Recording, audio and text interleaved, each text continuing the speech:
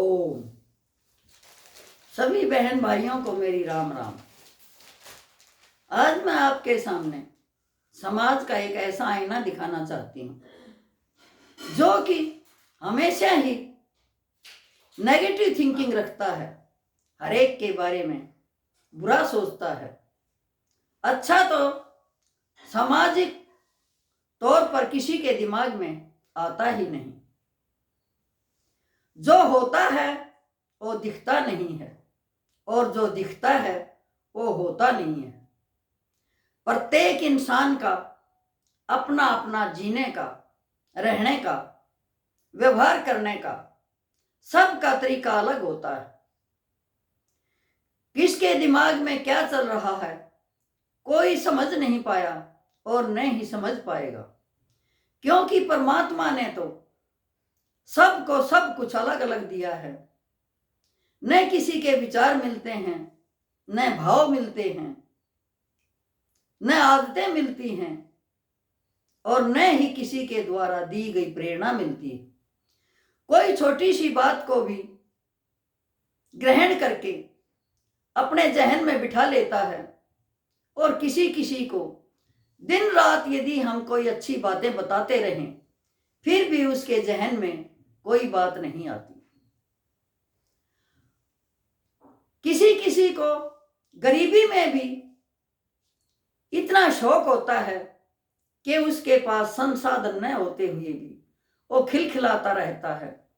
जैसे भी कपड़े होते हैं अच्छी तरह से पहनता है, सजने संवरने की आदत होती है, बहुत अच्छे ढंग से सजता संवरता है, लेकिन गरीब होने के नाते लोग उंगलियां उठाते हैं, कहते हैं कि पता नहीं फला और इतनी इतराती है, इतने अच्छे कपड़े पहनती है, मेकअप करती है, पता नहीं क्या क्या करती होगी, नहीं तो इसके पास तो कुछ नहीं है, फिर भी ये इतनी खुश क्यों रहती है, फिर भी अच्छे कपड़े क्यों पहनती है, श्रृंगार क्यों करती है। लेकिन उसके उज्जवल मन को कोई नहीं देखता, सिर्फ उसके बाहरी रूप को देखते हैं और जलना शुरू कर देते हैं।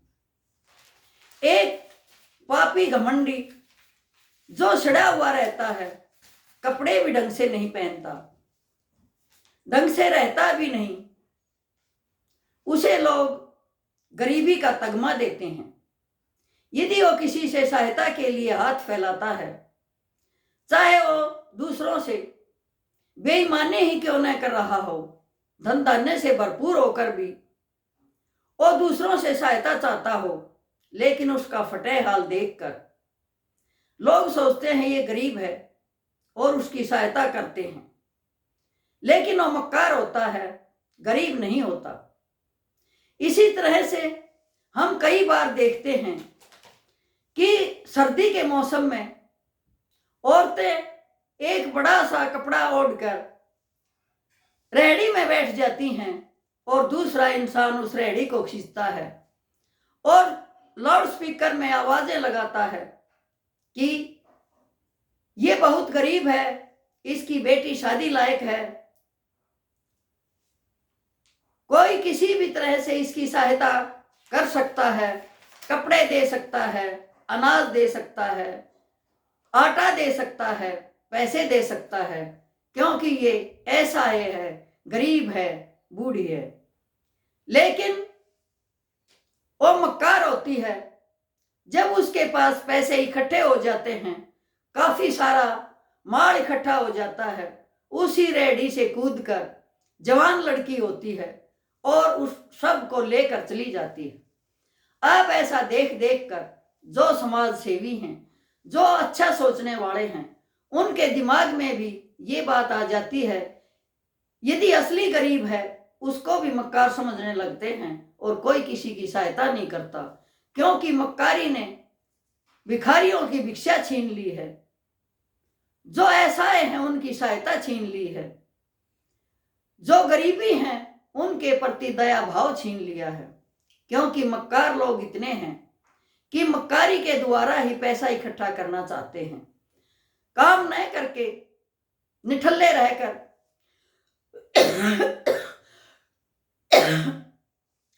जीवन व्यतीत करना चाहते हैं। अब इसी अच्छाई पर कि इंसान कौन अच्छा और कौन बुरा हो सकता है, मैं आपको एक कहानी सुनाना चाहती हूं। यदि आप लोगों को पसंद आए तो कृपया करके लाइक और सब्सक्राइब करना तथा दूसरों को भी शेयर करना। एक देहात की लड़की, महाराष्ट्र की, जो कि मध्यम परिवार से थी, रमा उसका नाम था, पढ़ाई में बहुत अच्छी थी।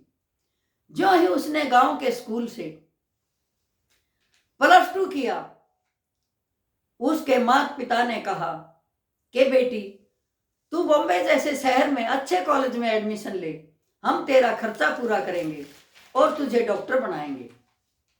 अब बेटी तो आगे बढ़ने वाली थी ही। अब उसके माता पिता ने बॉम्बे के किसी अच्छे कॉलेज में एडमिशन दिलवा दिया और डॉक्टरी की पढ़ाई कर रही थी, इसीलिए प्रैक्टिकल भी जरूरी थी, तो उसे वहाँ के कॉलेज के हॉस्टल में भी रहना बहुत जरूरी था। अब प्रिंसिपल ने एडमिशन देते समय उससे एक फॉर्म भरवाया था कि आपको हॉस्टल में अवश्य रहना पड़ेगा, क्योंकि डॉक्टरी की पढ़ाई टेढ़ी है, यदि बाहर रहोगी तो कर नहीं पाओगी, हॉस्टल में रहोगी तो पूरे प्रैक्टिकल करोगी। अच्छी लड़की है, पढ़ाई में बहुत अच्छी है, अपनी लाइफ संवारेगी। अब उसके माता पिता ने भी उसको हॉस्टल में एडमिशन दिलवा दिया और लड़की पढ़ने लगी। लेकिन भाग्य की विडंबना देखिए कि जो ही लड़की का 1 ही साल गुजरा था कि उसके पिता की एक्सीडेंट में मृत्यु हो जाती है और लड़की की माँ ऐसा हो जाती है कि पति चला गया, बेटी बाहर पढ़ती है, लेकिन उसकी माँ ने हिम्मत नहीं छोड़ी और खुद पति की जगह नौकरी पर जाने लगी और अपनी बेटी का खर्चा पूरा करने लगी। अब वो एक बार क्या हुआ कि काफी लंबे रन से, काफी लंबे 4-5 घंटे के लिए बस में सफर करके आई और हॉस्टल में जो ही घुसी उसे उल्टियां लगने लगी, क्योंकि उसने कुछ ऐसा भोजन किया था जो बासी था और उसे पच नहीं रहा था। अब उसके कपड़े भी खराब हो जाते हैं, हॉस्टल का बाथरूम भी काफी खराब हो जाता है। अब वो अपनी सहपाठी को कहती है कि सफाई वाले को बुला लाओ, इस बाथरूम को साफ कर देगी, मैं अपने कपड़ों को बाद में साफ कर लूंगी। अब वो लड़की नाक मोछ कोड़ कर चली जाती है कि तूने तो कपड़े भी पूरे गंदे कर दिए और बाथरूम भी गंदा कर दिया, मैं सफाई वाली को भेजती हूँ। अब रमा क्या देखती है कि एक हट्टी कट्टी नौजवान, बहुत सुंदर, पूरा मेकअप किए हुए, बालों का जूड़ा बनाए हुए, अच्छे कपड़े, अच्छी साड़ी डाले हुए उसके पीछे खड़ी है। कहती है बताओ बेटी क्या काम है। अब वो सोचती है कि ये शायद हॉस्टल वार्डन है, नई आई होगी या कोई मैडम है। वो कहती है मैडम जी मैंने तो सफाई वाले को बुलाया था। अब वो कहती है बेटी मैं ही सफाई वाली हूँ। अब वो कहती है मासी आप सफाई वाले हो। बोली हाँ मैं ही बेटी सफाई वाली हूँ। वो उसको उसके कपड़े बदलवाती है, उसके रूम तक छोड़ती है और बाथरूम साफ करती है। अब रमा सोचती है कि सफाई वाली कितनी अच्छी है, कितनी ढंग से रहती है, क्या इसे इतनी पगार मिलती है। फिर लड़कियां उसके पास आती हैं और उनसे वो बात करती है, कहती है यहाँ की तो सफाई वाली भी बहुत बन ठन के रहती है, अच्छे कपड़े डालती है, पूरा मेकअप करती है। अब लड़कियां तरह तरह की बातें बनाती हैं और कहती हैं ये चमक छल्लो है, पता नहीं कहाँ का मुंह मारती फिरती है, नहीं तो एक सफाई वाली के पास इतने अच्छे कपड़े श्रृंगार करने को पैसा कहाँ से आए। सभी लोग कहते हैं कि चमक छल्लो है, लोगों को ऐंठती है और पैसे कमाती है, जबकि सच्चाई कुछ और ही थी। लेकिन रमा उसे मासी कहकर बुलाती है और उसका आदर सत्कार भी करती है। जब रमा अपने घर से पैसे लेकर आती है या उसकी माँ उसके लिए भेजती है तो उधार में वो सफाई वाली उससे पैसे मांग लेती है। कहती है, बेटी कुछ दिन के लिए मुझे पैसे दे दे, मैं फिर तेरे वापस कर दूंगी। जब उसकी पगार मिलती है तो वो वापस कर देती है और रमा भी अपना काम चला लेती है। लेकिन भाग्य ने तो कुछ और ही लिखा था। वो कोविड की लहर चल पड़ी और हॉस्टल बंद हो गए। रमा को भी अपने घर जाना पड़ा। अब उसकी माँ की भी नौकरी छूट चुकी थी क्योंकि कोविड की लहर जो थी। अब रमा अपनी माँ के साथ गांव में रह रही थी और उसकी माँ को कोविड हो जाता है और उसकी माँ भी समय से पहले दुनिया से चली जाती है। अब रमा अकेली रह जाती है और बहुत बेहाल तथा दुखी होती है। माता पिता का साया सिर पे नहीं होता और एक एक पैसे का मोहताज होना पड़ता है। अब खुद काम भी कहाँ करे, घरों में कोई माई नहीं रखता, किसी की कोई एंट्री नहीं है। अब रामा बहुत दुखी होती है। जो उसकी माँ का बचाया हुआ थोड़ा बहुत पैसा था उससे अपना गुजारा करती है और हॉस्टल में आती है, कॉलेज में आती है, प्रिंसिपल से मिलती है। कहती है, प्रिंसिपल साहब मैं आगे हॉस्टल में नहीं रह पाऊंगी, अपने घर में ही रहकर पढ़ाई करूंगी। मैं मेडिकल की पढ़ाई छोड़ रही हूं और मैं आर्ट साइड से ही आगे पढ़ूंगी।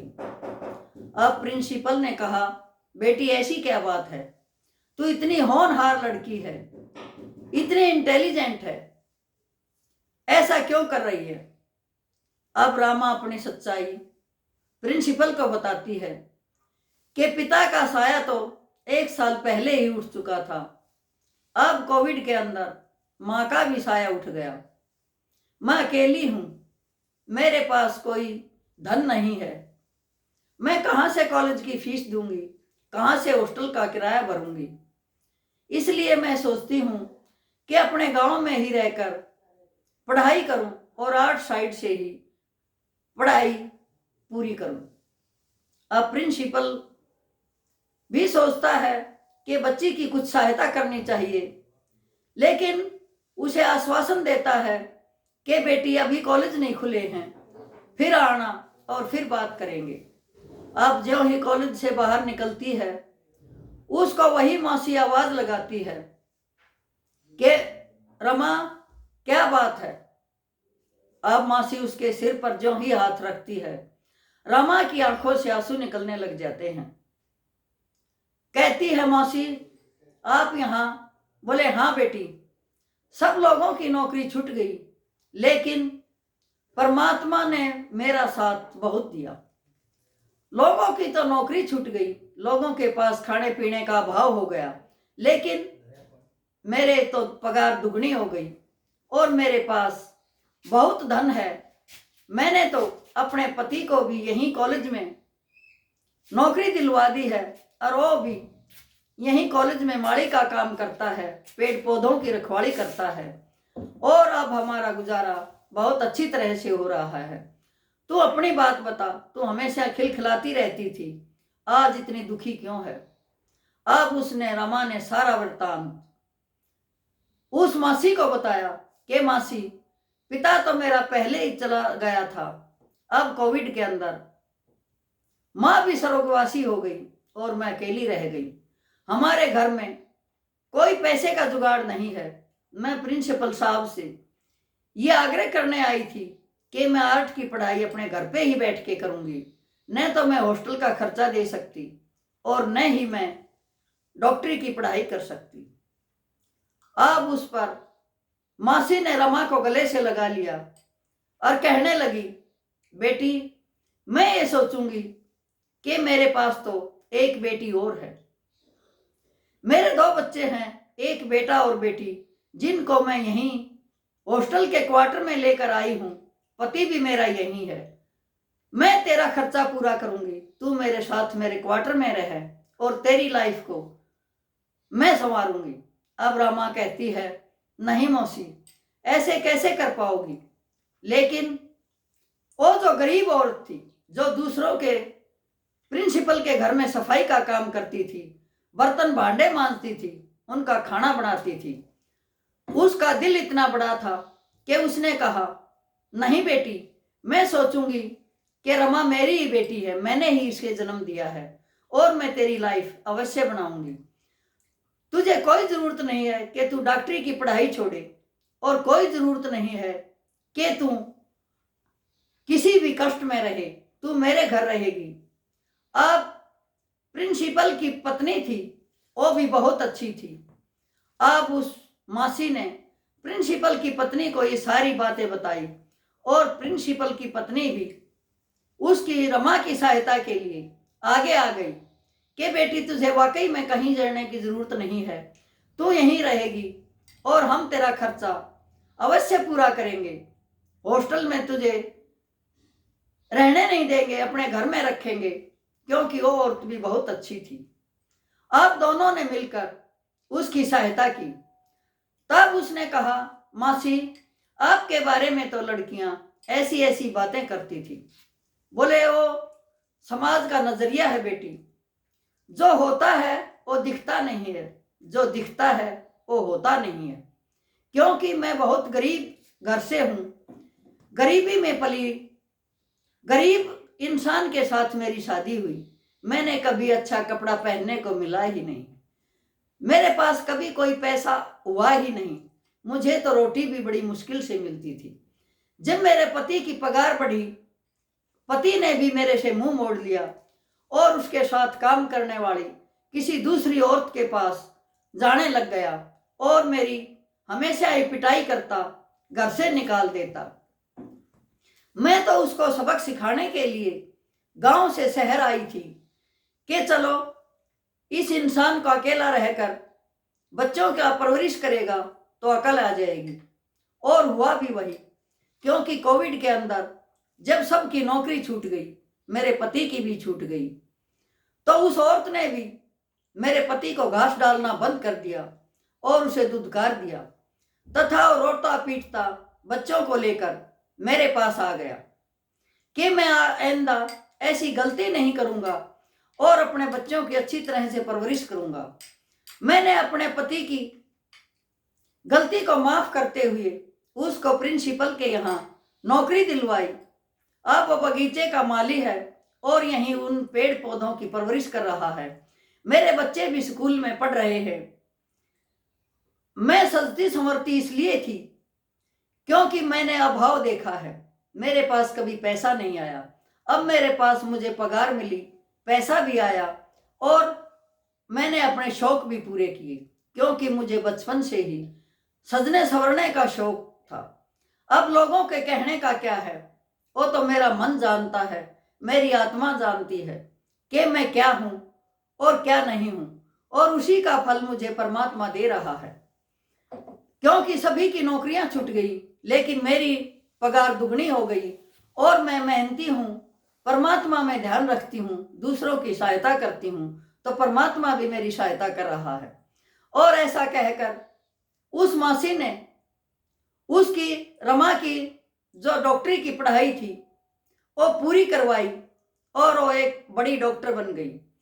जब रमा को डिग्री मिली तब उसने अपनी मौसी जो उसकी मां समान थी उसको स्टेज पर बुलाया और जितने भी अतिथि आए हुए थे उसको सम्मानित करने के लिए रमा ने कहा, पहले मेरी मौसी को सम्मानित कर कीजिए, क्योंकि आज इसी की देन है जो मैं डॉक्टरी की डिग्री लेकर आज ये कोट पहनकर डिग्री ले रही हूं।